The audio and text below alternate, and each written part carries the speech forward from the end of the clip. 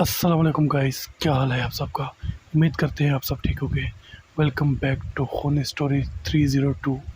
तो गाइस, आज हम जिस बारे में बात करने लगे हैं वो है द हॉरर समर कैंप। ऐसा समर कैंप जहां जाते तो बहुत कुछ है, लेकिन वापस सिर्फ एक लौट कर आता है। तो क्या होगा इस समर कैंप में, आए ये स्टोरी देखते हैं।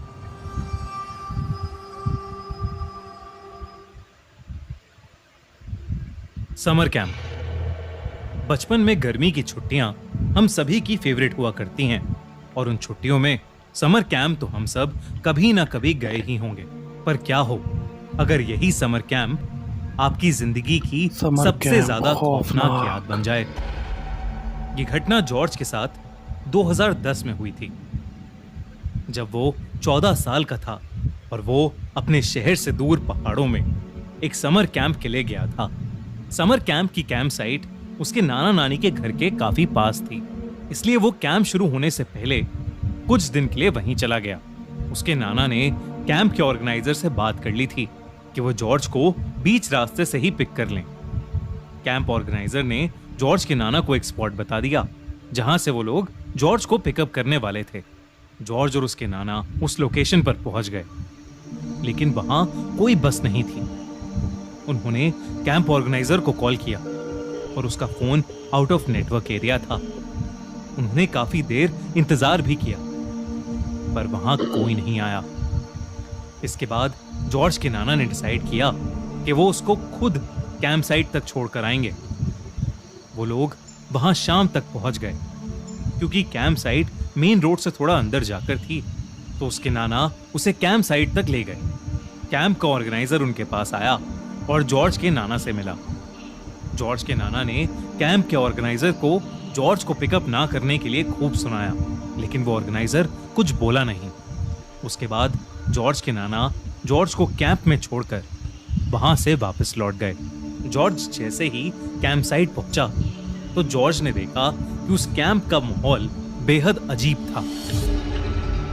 सारे बच्चे चुपचाप एक सर्कल में बैठे हुए थे और जॉर्ज को अजीबोगरीब नजरों से देख रहे थे। जॉर्ज के नाना के जाते ही ऑर्गेनाइजर बिना कुछ बोले बस वहां से चला गया। जॉर्ज भी उसके पीछे पीछे कैंप को एक्सप्लोर करने लगा। उसने देखा कि एक टेंट पर उसका नाम लिखा था, तो जॉर्ज ने अपना सामान उस टेंट में रखा और बाहर सबके साथ आकर सर्कल में बैठ गया। उसके बैठते ही सभी बच्चे फिर से उसकी तरफ एक अजीब नजर से देखने लगे। जॉर्ज ने एक दो बच्चों से बात करने की कोशिश भी की, मगर कोई कुछ बोल ही नहीं रहा था। सब बस उसे घूर घूर कर देखे जा रहे थे। तभी सर्कल में बैठा एक बच्चा उठा। उसने जमीन पर पड़ा एक बड़ा सा पत्थर उठा लिया और गुस्से से जॉर्ज की तरफ आगे बढ़ने लगा। उसे देखकर आसपास बैठे बच्चे भी उठे और जॉर्ज की तरफ आने लगे। सबके चेहरों पर बेहद गुस्सा था। जॉर्ज ये देखकर बहुत डर गया। वो बार बार कैंप के ऑर्गेनाइजर को आवाज लगाने लगा। जब इतनी बार बुलाने पर भी ऑर्गेनाइजर नहीं आया, तब जॉर्ज वहां से तुरंत उठा और भागकर अपने टेंट में छुप गया। अचानक ही जॉर्ज के टेंट के बाहर बिल्कुल शांति छा गई, जैसे कि अचानक से शाम पूरी तरह ढल गई और रात के अंधेरे ने उस कैंप साइट को चारों तरफ से घेर लिया। तभी जॉर्ज को दिखा कि कुछ ही दूरी पर एक लड़की जमीन खोद रही है। जॉर्ज हिम्मत करके उसके पास गया। जॉर्ज ने उससे बात करने की कोशिश की, लेकिन वो लड़की बस पागलों की तरह जमीन खोदे जा रही थी। जॉर्ज ने उससे फिर पूछा कि वो कौन है और क्या कर रही है।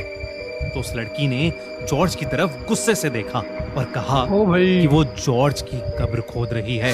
सुनकर जॉर्ज घबरा उठा और जल्दी से उस लड़की से दूर भाग गया। जॉर्ज को कुछ समझ नहीं आ रहा था कि उस कैंप में आखिर हो क्या रहा है। उसने सोचा कि वो कॉल करके अपने नाना को वापस बुला लेगा और उनके साथ वापस घर चला जाएगा। फोन कॉल करने के लिए वो कैंप ऑर्गेनाइजर के टेंट में गया।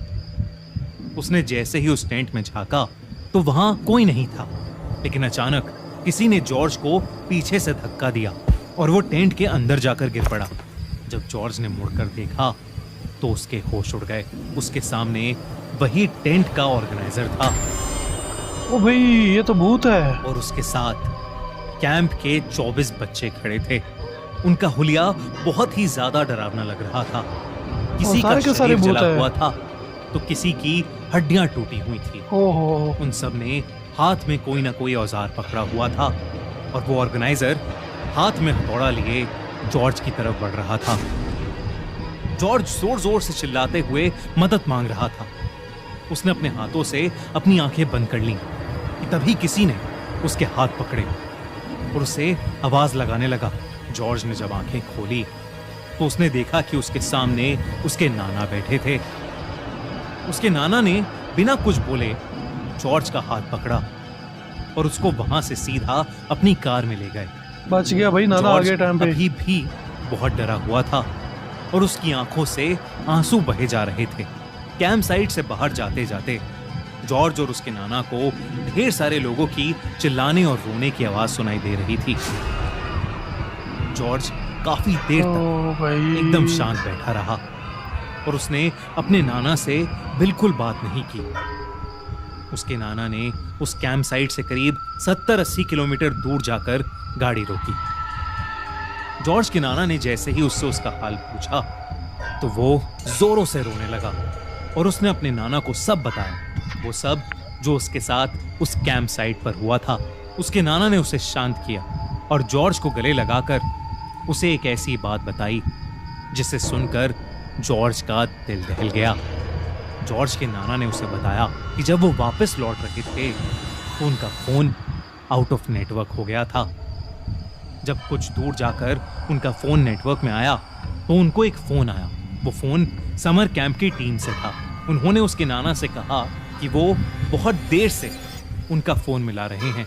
उन्होंने जॉर्ज के नाना को बताया कि जिस बस में सब बच्चे और कैंप ऑर्गेनाइजर था उसका रास्ते में ही एक्सीडेंट हो गया था और उस एक्सीडेंट में कैंप ऑर्गेनाइजर के साथ साथ बस में मौजूद सारे बच्चे भी मारे गए। उस फोन कॉल के तुरंत बाद जॉर्ज के नाना जी फौरन ही जॉर्ज को उस कैंप से वापस लेने आ गए। जॉर्ज और उसके नाना जी काफी देर तक एक दूसरे को गले लगाए रहे।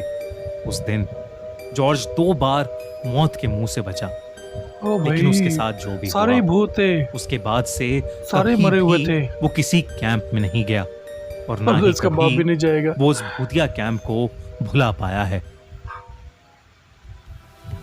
ये वीडियो अच्छी लगी टाइप करना बिल्कुल मत भूलना। वीडियो अच्छी लगे तो गाइस सब्सक्राइब कर दे, लाइक कर दे, शेयर कर दे।